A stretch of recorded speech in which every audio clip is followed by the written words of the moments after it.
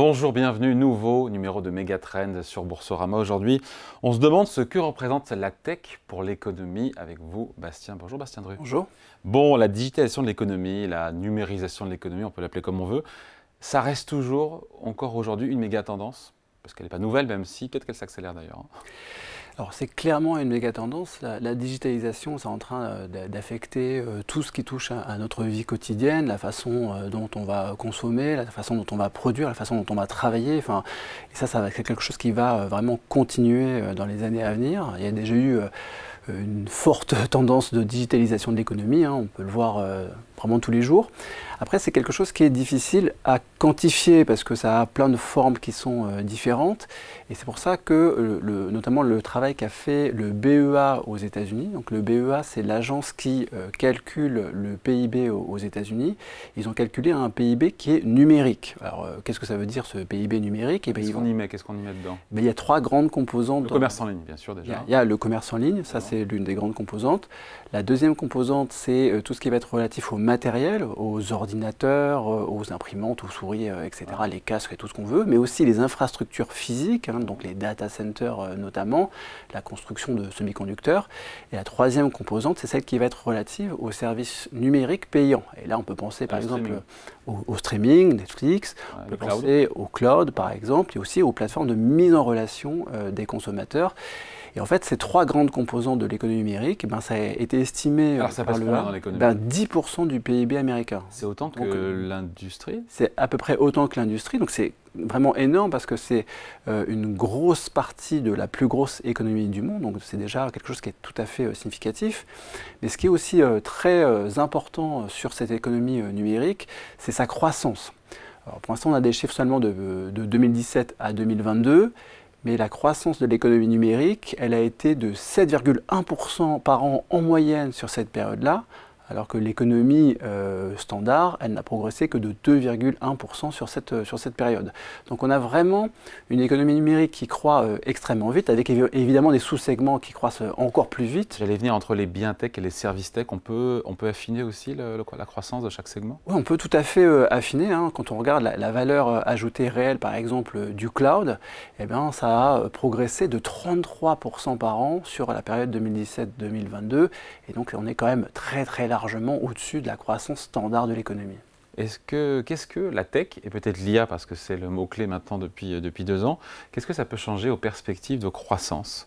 On sait qu'on dit qu'il y a potentiellement, alors plus en Europe qu'aux États-Unis, mais une baisse tendancielle des gains de productivité, le fait de produire la production par salarié, on va dire, sur fond de vieillissement démographique. Est-ce qu'on a déjà un petit peu des chiffres, un retour sur, encore une fois, sur ce qu'on peut espérer en termes de surplus, de surcroît de croissance venant de la tech et de l'IA? Alors là, ce qu'on peut remettre en perspective, c'est le fait que les sociétés occidentales, elles sont affectées par le vieillissement de la population. Et qu'est-ce que ça veut dire? Ça veut dire une croissance potentielle qui va être plus basse. Généralement, les économistes, ils considèrent que la croissance potentielle, c'est deux choses. C'est en gros la croissance des heures travaillées, enfin la croissance de la population en âge de travailler, pour être clair. Et après, la croissance de la productivité par employé. Et, ce qu'on produit par employé, c'est ça? Par employé, tout à fait, ou par heure de travail, par exemple. Et là, donc, pour essayer de contrebalancer la faiblesse finalement de cette croissance de la population en âge de travailler, la croissance démographique, on a des grands espoirs sur l'intelligence artificielle qui pourrait faire progresser la productivité de l'économie. Mais là, on voit des estimations qui sont un petit peu fantaisistes, on voit un peu passer de tout et de n'importe quoi. Il y a eu notamment une estimation de la personne qui vient de recevoir le prix Nobel d'économie, Daron Acemoglu, qui estime que ces gains de productivité finalement sur les prochaines années seront finalement assez faible, mais il dit qu'on peut le remettre en question son estimation parce qu'il y a sans doute de nouvelles tâches qu'on va pouvoir faire grâce à l'intelligence artificielle et qu'on ne connaît pas encore aujourd'hui et donc qui pourraient faire progresser la productivité. Donc on ne sait pas, au final, on ne tranche pas sur les gains de productivité grâce à l'IA, ou après il faut dire peut-être qu'il faut différencier les secteurs. Il y a des secteurs où c'est plus ou moins bénéfique et plus ou moins évident. Au global, c'est ça qui est le plus difficile parce qu'il y a des perdants et des gagnants finalement des avancées de l'intelligence artificielle.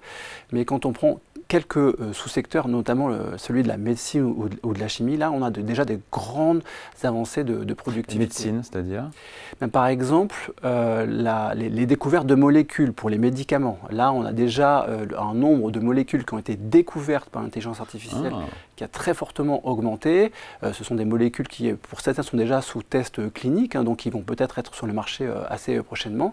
Et donc, pour l'industrie pharmaceutique, on a vraiment déjà beaucoup de gains de productivité. D'ailleurs, ça a été salué lors du dernier prix Nobel de chimie. Il y a 2 des personnes qui ont reçu le prix Nobel de chimie qui l'ont reçu parce que leur modèle d'intelligence artificielle a permis de découvrir des nouveaux médicaments.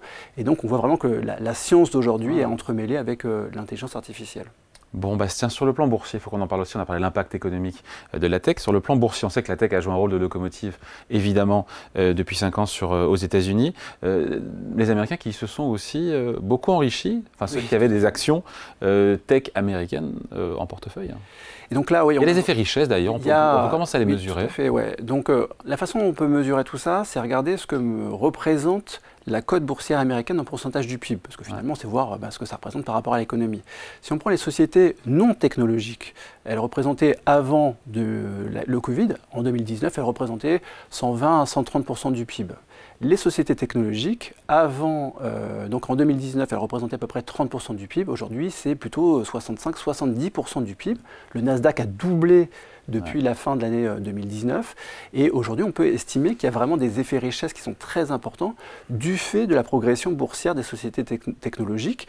Et c'est quelque chose qui a été mesuré assez récemment par une étude d'économistes de la Fed qui a montré que les ménages les plus riches aux États-Unis, c'est-à-dire ceux qui détiennent des actions, ont consommé bien plus rapidement finalement sur les dernières années que les ménages les plus pauvres qui, eux, n'ont pas de patrimoine financier.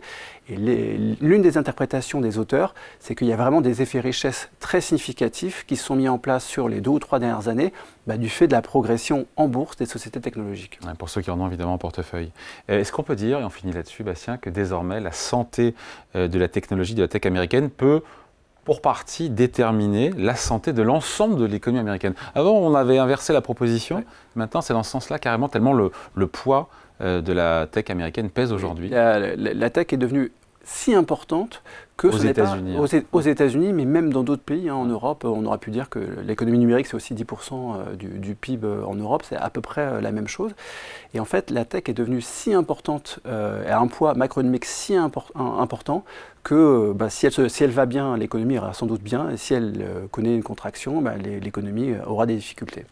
Allez, merci beaucoup. Explication signée Bastien Dru, responsable des études et de la stratégie chez CPRM. Merci. Merci. Megatrend revient dans 2 semaines ici chez vous sur Boursorama.